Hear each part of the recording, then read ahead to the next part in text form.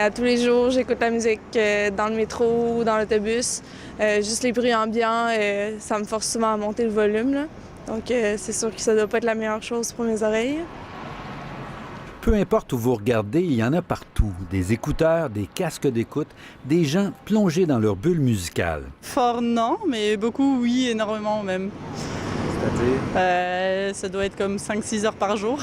Selon Statistique Canada, 80 des jeunes Canadiens portent quotidiennement des dispositifs d'écoute qu'ils utilisent au moins 8 heures par semaine, dont 3 heures à volume élevé. Mais c'est à leur risque et péril. Savez-vous que ça peut vous causer des problèmes éventuellement? Oui, mon téléphone me l'affiche comme quoi qu'il y a un danger avec le volume trop fort. Et? Et je le fais quand même parce que la musique est bonne. Le problème le plus fréquent, un acouphène. C'est souvent un son lancinant comme celui-ci. Il est produit par le cerveau et seule la personne qui en souffre peut l'entendre. Aujourd'hui, 46 des jeunes Canadiens déclarent avoir eu au moins un épisode d'acouphène depuis 1 an. Même leurs aînés en ont moins fréquemment, alors que ça devrait être tout le contraire. Même ici au CHUM, on se rend compte que dans la tranche d'âge de à peu près 20-40 ans, notre clientèle qui consulte pour des acouphènes, problématiques d'acouphènes, a doublé dans les dernières années.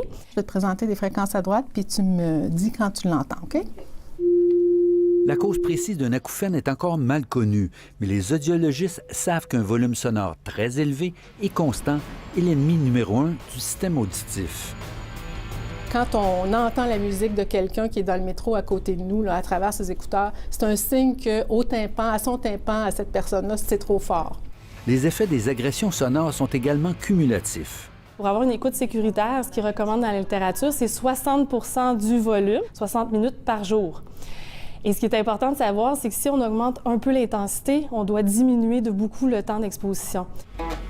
Quand il a eu son premier acouphène, Jean-François Doré était en début de vingtaine. Quand tu te rends compte que c'est irrécupérable, en fait, que tu ne peux pas revenir en arrière, là, psychologiquement, c'est difficile, là. Aujourd'hui, il enseigne la musique et il voit bien que ses étudiants ne comprennent pas ce qui les attend s'ils ne changent pas leurs habitudes. Je vous dirais qu'au quotidien, je gère bien ça, mais dans un moment de fatigue, d'anxiété, puis ça fait une boucle. Hein? Tu es anxieux, tu fais des acouphènes, tu es anxieux. Donc, je le gère bien, mais est-ce que je m'en passerais? Oui, je m'en passerais.